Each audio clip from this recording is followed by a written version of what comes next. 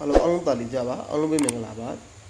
ကျွန်တော်ဒီနေ့ဝတ်သားချစ်ပြောင်းဖြစ်တဲ့ကြောင့်ဝတ်သားတွေကိုတဲတဲလေးဖြစ်အောင်လှီးပါမယ်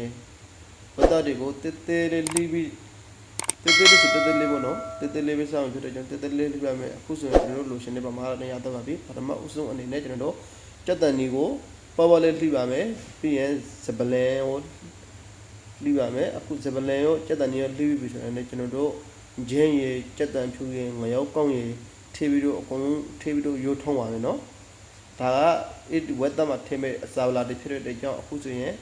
ကြက်တန်ဖြူကြက်တန်နီကြက်တန်ဖြူချင်းစပလန်အကုန်ရတော့ပြီပေါ့နော်အိုးကိုအပူပြီးတဲ့ကျွန်တော်စင်းနဲ့ဆွမ်းထည့်ပါမယ်ပြီးရတယ်ကျွန်တော်တို့နှွမ်းနေထည့်မယ်ငပိနေထည့်မယ်ပေါ့နော်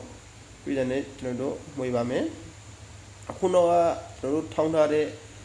ချင်းကြက်တန်ဖြူငရောက်ကောင်းပြီးရင်ကြက်တန်နီကိုအကုန်လုံးရိုးထည့်ပြီးတော့မှွေပါမယ်ကျွန်တော်တို့နင်းနေရိုးထည့်ပြီးတော့မှွေပေါ့နော်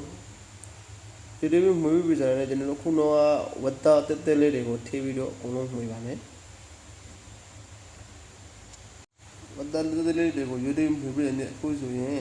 ကျွန်တော်လိုရှင်တဲ့ပမာဏအတိုင်းရတတ်ပါပြီကျွန်တော်လိုရှင်တဲ့ပမာဏရတော့ပေမဲ့ဒါကမကျက်သေးပါဘူးနော်ကျက်အောင်တဲ့ကျွန်တော်တို့မှွေနင်းနေ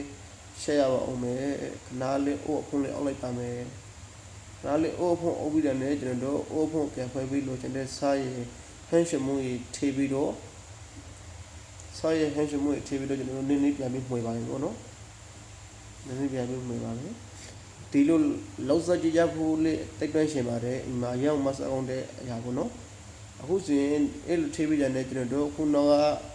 လှိထားတဲ့စပလန်လေးကိုထေးပါမယ်ဝတ်သားတွေမှာဇပလန်ထိမှတောင်းမွေးတာနော်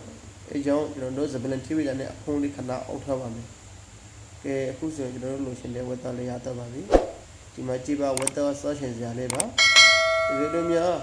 ဒီလိုဆော့ရှင်တွေဆိုရင်အိမ်မှာလောက်ဆော့ကြည့်ကြဖို့လေးတိုက်တွန်းရှင်ပါတယ်အဆုံးထိကြည့်ပြီးကြလို့ကျေးဇူးတင်ပါတယ်